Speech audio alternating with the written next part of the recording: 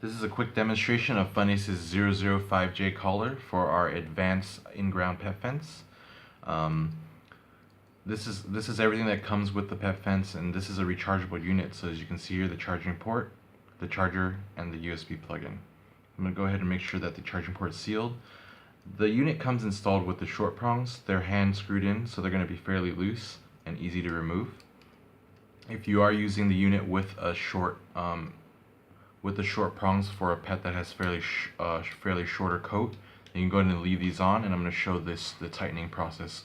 But in this particular demonstration, I'm going to go ahead and install the long prongs, which would be used with a pet that has a longer coat.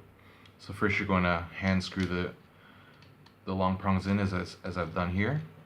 And a secondary function of the test light is it also serves as a screwdriver. So you're going to make sure you use the correct end for the fit. And we're going to go ahead and tighten these to make sure that they don't come off while being worn by your pet. As soon as we get these tightened, I'm going to go ahead and start testing the functionality of the audible and the two shock variations, as this collar receiver does have 3 modes.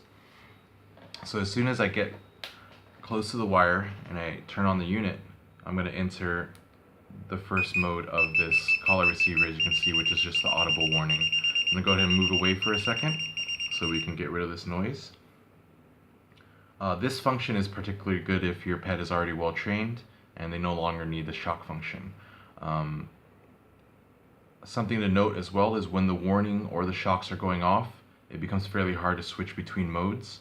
It is possible, but you mainly want to bring the collar receiver back into a safe area if you're switching between modes or trying to turn the collar off. So I'm going to go ahead and change the mode of the collar into the low shock mode right now, and we're going to go ahead and see how that tests with the live wire. So as you can see with the test light, I'm getting a shock here, so I'm going to go ahead and move away again. And now I'm going to switch to the high shock mode. So you can see the blinking lights here, and we're going to get a much more frequent shock.